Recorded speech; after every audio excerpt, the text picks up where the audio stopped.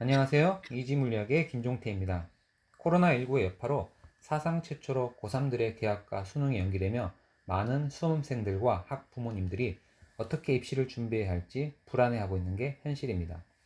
그래서 오늘은 대다수의 학생들의 목표인 인서울을 목표로 수능 최저 학력을 활용한 입시 전략을 소개하도록 하겠습니다. 일반적으로 수능은 정시라고 생각하시는 분들이 많은데 고3들에게 수능 시험은 정시 모집뿐 아니라 수시 모집에서도 큰 영향력을 발휘합니다. 2021학년도 수도권 상위 15개 대학의 입학 전형 계획안에 따르면 수시 모집 인원 31,262명 중 수능 최저 학력 기준을 적용해 선발하는 인원은 19,961명으로 35.1%를 차지하고 있으며 결코 적지 않은 비율입니다.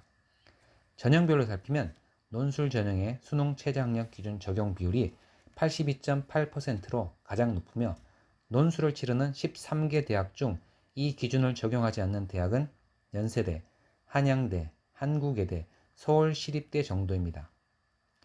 다른 전형에 비해 수능 최저 학력 기준이 적용되는 논술 전형은 경쟁률이 상대적으로 낮으며 학생부의 다른 요소의 영향력이 비교적 작기 때문에 많은 학생들이 이 전형을 준비하고 있는 실정입니다.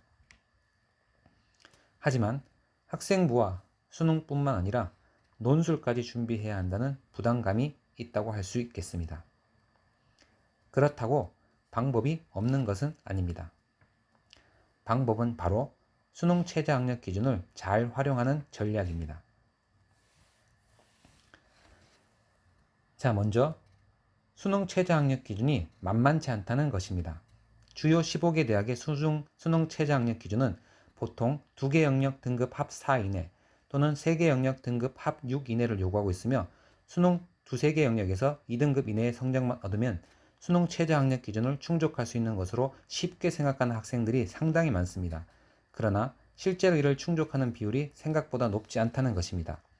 2019학년도 경희대 논술 전형에는 총 44,652명이 지원하였는데 이 중 수능 최저 학력 기준을 충족한 인원은 18,803명으로 42.1%에 머물렀으며 특히 한의학과 20.8%, 프랑스어과 22.5% 등 수능 최저 학력 기준 충족률이 20%대에 머무르는 모집 단위가 8개나 되었으며 수능의 난이도에 따라 다르겠지만 일반적으로 주요 대학 평균 50% 미만인 경우가 많다고 할 수 있겠습니다.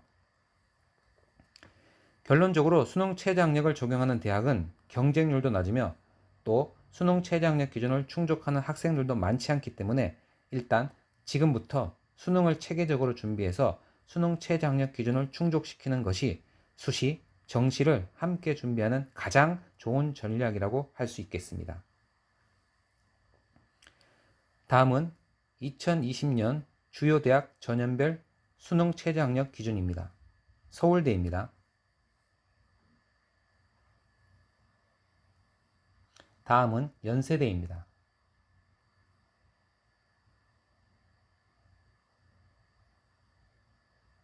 다음은 고려대입니다.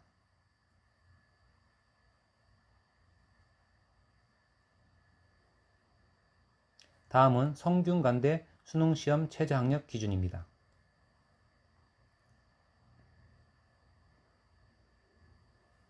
다음은 서강대, 한양대, 서울시립대 수능 최저 학력 기준입니다.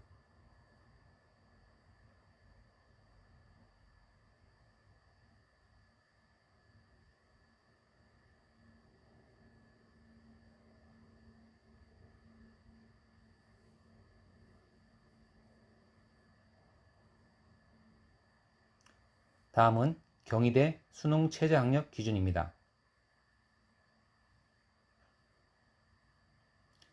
다음은 중앙대 수능 최저 학력 기준입니다. 다음은 건국대, 동국대, 당국대 축전 캠퍼스 수능 최저 학력 기준입니다.